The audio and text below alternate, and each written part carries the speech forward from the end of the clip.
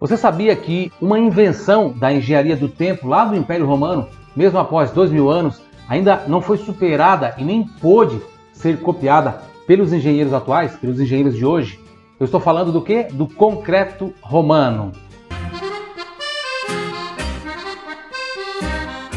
Em geral, a humanidade é muito melhor em fazer coisas agora do que no passado, do que a gente era no passado. Mas tem certas coisas que os antigos acertaram em cheio e nós ainda não conseguimos. O concreto romano, por exemplo, é muito melhor do que o concreto usado hoje em dia, né? E acredite se quiser, construções como o Panteão, por exemplo, ficam mais resistentes a cada dia que passa. Isso não é incrível? Existem portos marítimos na Itália feitos com esse concreto romano que ainda estão de pé, mesmo depois de milhares de anos. Enquanto isso, uma estrutura moderna feita com o nosso cimento, o cimento Portland, que é o nosso cimento moderno, teria muita sorte se durasse aí entre 40 e 50 anos, estando exposta, à água salgada.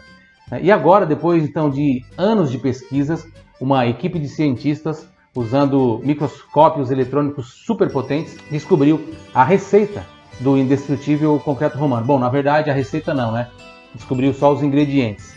Os romanos faziam concreto ao misturar cal, cinza vulcânica, que é muito abundante na Itália, e também um ingrediente muito inusitado, água do mar, justamente o maior inimigo do concreto atual, moderno, a água do mar. Quando os romanos faziam essa mistura, a água do mar provocava imediatamente uma reação química quente.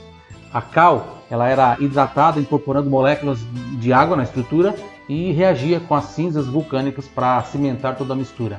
E qual seria o grande segredo, então, para a durabilidade desse concreto? Bom, a mistura do concreto romano formava um mineral chamado tobermorita aluminosa, um cristal extremamente duro. E aí que mora o grande segredo. Esse mineral fica cada vez mais forte com o passar do tempo. Então, se não forem destruídas, por exemplo, pelas mãos humanas ou por algum terremoto muito forte, é muito provável que as construções do Império Romano, como o Panteão, os aquedutos, o Coliseu, como o Fórum de César e tantas outras estruturas, ainda estejam de pé daqui a 1000 ou até daqui a 2000 anos. Agora os cientistas estão tentando descobrir a receita, o modo de fazer, vamos dizer assim, desse concreto.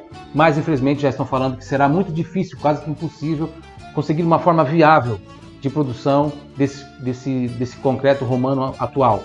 Porque os materiais utilizados pelos romanos quase não existem fora da Itália, na verdade. E também porque sintetizar o mineral tobermorita aluminosa não é economicamente possível.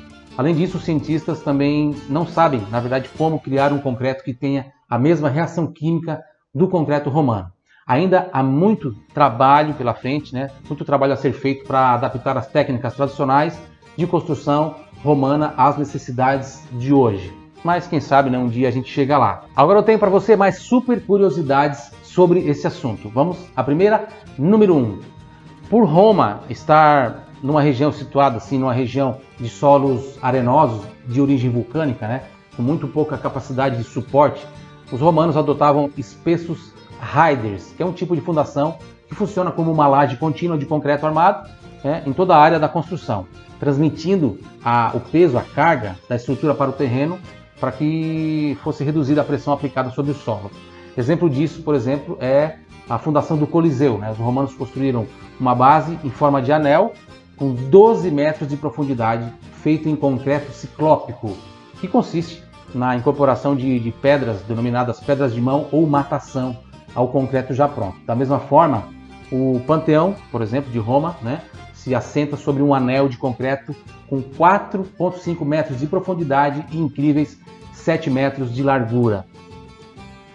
Número 2, a ideia essencial do concreto armado, ou seja, barras metálicas associadas à pedra ou argamassa com a finalidade de aumentar a resistência às tensões, também remonta ao tempo dos romanos. Em estudos realizados em Termas de Caracalla, em Roma, construída entre 212 e 217 d.C., os arqueólogos encontraram barras de bronze dentro da argamassa, em pontos assim onde o vão a vencer era maior do que o normal para a época, onde a distância entre uma coluna e outra era muito grande. Número 3, depois dos romanos, a humanidade ficou vários séculos sem usar o concreto. Só foi reinventado, na verdade, há pouco tempo, em 1824, por um construtor inglês chamado Joseph Aspdin, que patenteou um cimento chamado Portland, que aliás é o que nós usamos até hoje.